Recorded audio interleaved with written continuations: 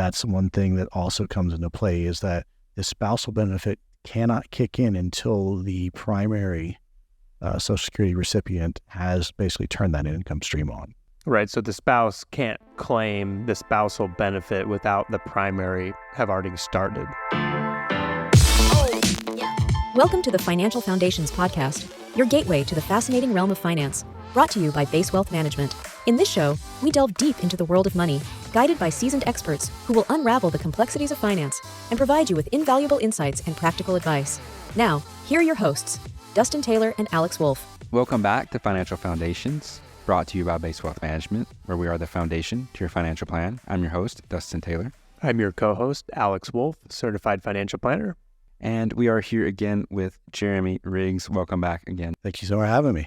Today, we're diving into a topic that is crucial for many couples planning for retirement, and that is spousal Social Security benefits. Jeremy, can you kick us off with explaining what are spousal Social Security benefits? Absolutely. So a spousal Social Security benefit is basically what a spouse would be entitled to when their partner starts drawing Social Security, regardless of their own work history and how many credits they may have. So I know that eligibility is not automatic. What are some of the criteria for Social Security benefits? I'll start with the general Social Security benefit. It is going to look over the last 35 years, and you have to have worked at least 10 years. You get one credit per quarter, and that basically guarantees you some type of benefit based on your income over the years. The spousal comes as kind of like an add-on. So, for example, if you have one spouse that's been the main income earner and someone that, maybe took a break from working because they're raising kids, their spousal benefit is going to be a lot lower than what they could have earned over their working career. So what the spousal benefit adds in is they have their benefit, and then the spousal layers on top of that. Generally, that brings them up to about half of what the other working spouse's benefit is.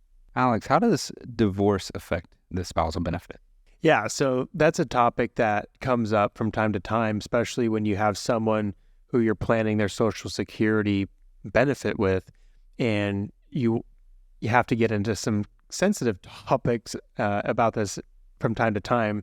Is, okay, this is your earnings and your benefit, but I know that you were previously married, and you have to talk to them about, like, how long were you married? Did you get remarried? And there's certain criteria for them to be able to claim their ex-spouse's benefit, like being married for 10 years and what that benefit is, and do they know what their ex-spouse was entitled to. So there is a way that they may be able to claim an ex's benefit.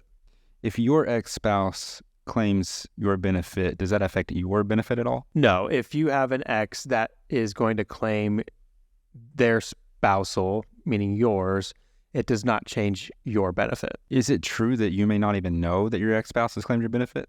Yes, you would never know unless they asked you for your benefit information. So Jeremy, now let's talk about the big question. How much can you receive in spousal Social Security benefits? Great question. So with that, generally, it's going to be around 50% of your working spouse's benefit. So I'll give you an example. Say you go to a Social Security admin website, you get your benefit, it's telling you $3,600. The maximum that your spouse is going to receive is going to be $1,800. There's going to be their benefit they would have earned plus the spousal benefit added on top to come to 50%. Now, that's just the starting point. It can change depending on, do you claim it early? Do you claim it late? When are you, as the primary spouse, going to claim it? That's one thing that also comes into play, is that the spousal benefit cannot kick in until the primary Social Security recipient has basically turned that income stream on. Right, so the spouse can't claim the spousal benefit without the primary have already started. Exactly. Basically, it's kind of like a prerequisite. Okay, the primary income earner has turned their Social Security on. Now that is a benefit available to you. Is that when you should take it? What if the primary spouse claims theirs at 62? Do you want to claim yours then as well, or do we want to kind of build that into an income plan where you claim it when you get the most benefit for you? Right. And there used to be some strategies, but some of these loopholes have since been closed, where you could claim the spousal benefit and delay your own and let that grow, but they've done away with that. Is that correct? Yeah, there's a lot of loopholes that used to be there. Those are kind of closing. You'd have people who are like, well, I'm going to claim this and then I'm going to stop and defer. Really, it comes down to what is going to be your benefit on your own work history versus what is going to be your benefit on your spouse's work history. And then we just run the numbers to see, okay, what's going to be to the best benefit of you. And I found with working and planning for couples' retirement Social Security benefit is even if one of them wasn't like a homemaker, maybe there was just a big difference in wages earned throughout their lifetime. So those credits are quite different. And even though they were working for most of their adult lifetime, they may still want to claim the spousal benefit if it's that much more than their own. Yeah, even if, like you said, one spouse didn't stay home, but maybe one had an opportunity and was offered to move into like a higher tier in a company. Maybe they moved up to be an executive, but the sacrifice was like, hey, this job's gonna be a lot more demanding. So one spouse is like, well, I'm going to have a job that doesn't take it 60, 70 hours a week. Whereas the other spouse is like, I'm going to go and try to make us as much money as possible.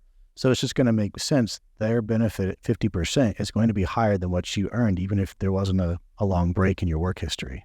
So we've already talked about one of the special cases and considerations being like, what if you're divorced? But what if you have multiple ex-spouses? Can they each claim the benefit? The answer is potentially.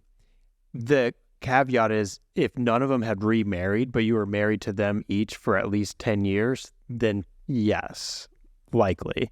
But if any of them had remarried since that divorce, no. So another case is if you die, how does that affect the spousal benefit?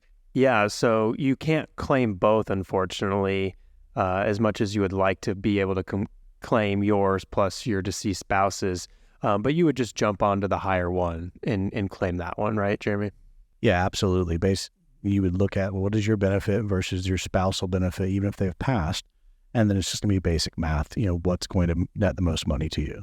All right, Jeremy, why should people pay attention to spousal Social Security benefits? It's a guaranteed benefit to you, and there's very few guarantees that we have when we're building an income stream. They're going to come from Social Security, they're going to come from pensions, they're going to come from an annuity. I feel like if we're leaving one of these off the table, that's a detriment to all of our clients. Like, it's our job as advisors to make sure they know all the options available to them, and then we can pick up the best option for them. As Jeremy said, it's important to consider all available income sources whenever planning for retirement. If you would like more insights about this topic and many more, you can visit our website at basewealthmanagement.com, subscribe to our YouTube channel, subscribe to this podcast. You can also submit any questions or future topics you want us to address on the podcast. You can send those in to us at question@basewealthmanagement.com. If you'd like to reach out to Jeremy and schedule an appointment, you can email him at jeremy@basewealthmanagement.com. Jeremy, thanks for joining us again. Thank you so much. I enjoyed it. Good to have you. I'm Dustin Taylor. I'm Alex Wolf. And happy listening. We hope the expertise shared by our hosts, Dustin Taylor and Alex Wolf, has left you feeling empowered and informed. If you're eager for more financial wisdom, don't forget to subscribe, rate, and share the show with your friends, family, and colleagues. Until next time, stay sharp in the world of finance.